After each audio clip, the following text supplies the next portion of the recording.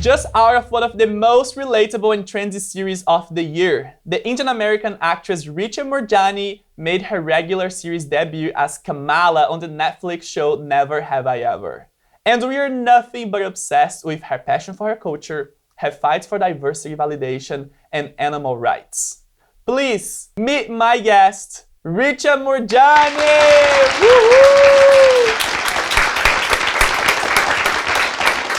So excited to be here. Oh, I'm very excited for you to be here. Should I start letting people know how we met? Because I'm still trying to count how many vegan tacos were involved in that situation. I don't think it's possible to count. It was not possible to count, right? I was trying and I was like, oh my God.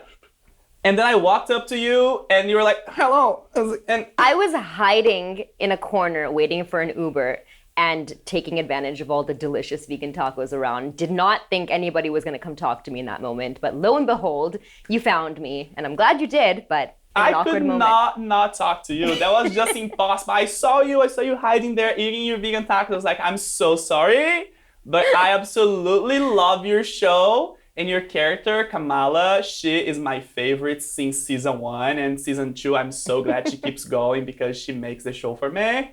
So sweet. Thanks for coming. It was a pleasure to meet you. And too. Now having you here, like how I know, 1 week later. 1 week later. Richa, I know as an Indian, you guys are likely to be vegetarians, not vegan. So are you vegan? Are you vegetarian? So a little like history of my life. I'm vegan now, but I haven't always been. Before being vegan, which was it's been about a year and a half.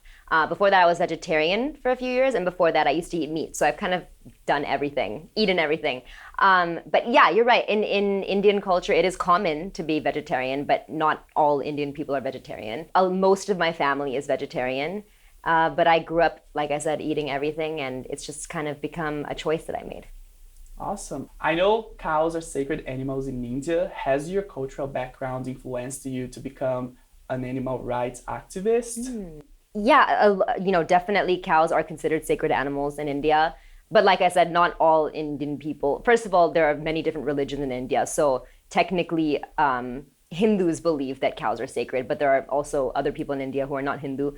But I was definitely raised with the philosophies of my religion to believe that all beings are created equal and all beings are one, actually. We're all part of, we're all made from the same source, I guess you could say. So in that sense, I also always had dogs growing up and a cat. And I've just always, since I was a kid, been a huge animal lover. So I'm not sure how much of that had to do with my background or my culture or just being an animal lover. But yeah, it is definitely something like when you go to India, it's beautiful to see that, all people, all backgrounds of people and animals kind of coexisting together. And in just this really synergistic, beautiful environment. And it's something that I really value.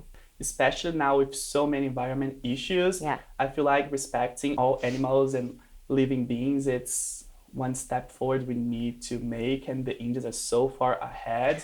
A lot of the Indians, like you said, it's not generalized, but a lot of the Indians are so far ahead in that matter. So I wanted to ask those questions to also understand, because there is a lot of people don't really understand it, they don't really know exactly how is it over there. But since you're talking about your roots and what shaped you into who you are today, and you are an amazing actress starring on Never Have I Ever now, an amazing show on Netflix. How did you become an actress? How did you got this role? Well, I have been basically my whole life I've been a dancer, and I developed a passion for acting when I was probably in elementary school, really young. So it was always my dream to become an actress one day. And I have been in LA for about 9 years now. And Never Have I Ever, it's been about 2 years now. But I got this role through the global casting call that Mindy Kaling posted on her Instagram, which was insane because it's the first and only time I've ever had an audition that was done that way through an Instagram casting call where I sent in a self-tape. And thousands of people submitted for it. It was really exciting, but yeah, that's how I came about this role. That's amazing. I've heard there was over 15,000 people signing up for this role, and Yeah. there you are. For not just my role, I would say for the three roles of Nalini, Devi, and Kamala, the three South Asian leads, that was what the global casting call was for. So they received anywhere from like 15 to 20,000 tapes for all of those roles. I mean, it's the second time you work with Mindy Kaling. Yeah. How is it to work with her? Is she like a mama bear to everybody on set, all the cast members? I feel like she's so heart welcoming to everyone. I wish I could meet her. I'm sure you will meet her. I'm sure she'll be on your show soon. Oh, please. I would love to have Mindy. I'll put in a word. It's been incredible working with Mindy. She is somebody who I have looked up to for so long, even way before I ever even worked with her. She's a pioneer, not just for South Asians, but for all people of color in this industry, in every aspect of the industry, because she's a writer and an actress and a producer and creator and so many things. So I'm just so inspired by how much she does. And yet at the same time, how involved she is in every single thing. It's not like she just puts her name on something. Like if her name's on it, she's truly so involved and really cares about every single thing that she's involved with. So I'm just so lucky to have a boss like her. That's amazing. Did she help you figuring out your wedding planning situation? Because I know you planned it while you're filming. I mean, that's crazy because Indian weddings, they are amazing. Every single detail are taken care of. And you're planning it as while you're filming. Did she help? Did you get any help from... No, that was during season 1. And I basically planned the whole wedding on my own with my amazing wedding planner who lives in Cancun, which is where I got married.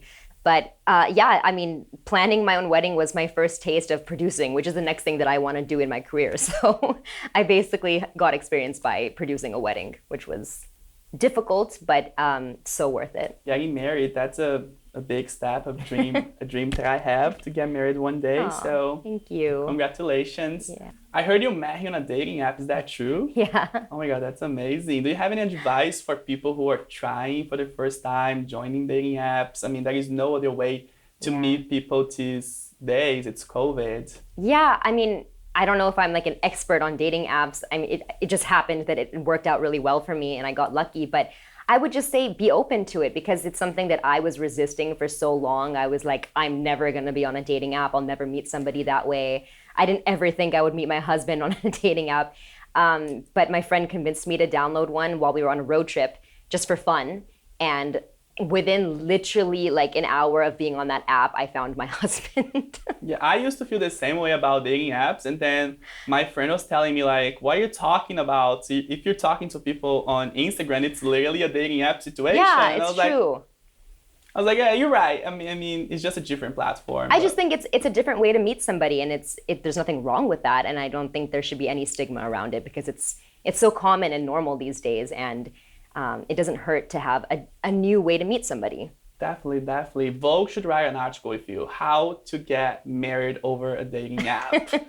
You're probably an expert on it because nobody can succeed on dating apps. I tried. I feel like now almost everybody that I meet met their boyfriend or their husband or their partner on a dating app. And how do you feel knowing from now on that a lot of brown girls, you look into the screen, they look into the TV and red carpets and magazines, and they will see you, Maitreya and Purner, so many other brown girls that they can look up for. They can see like, oh, I feel represented. I have somebody that I can relate to and have an inspiration. How do you feel? I'm definitely honored and proud to be doing what I'm doing. And it's something that, when I was a little girl, I never had, besides like Mindy Kaling, there was nobody who looked like me in Hollywood. And I never thought that, first of all, as an actor, that it was a possibility for me to be in Hollywood one day. And then aside from being an actor, I also felt I had no point of reference in the media to look to. So I often felt like my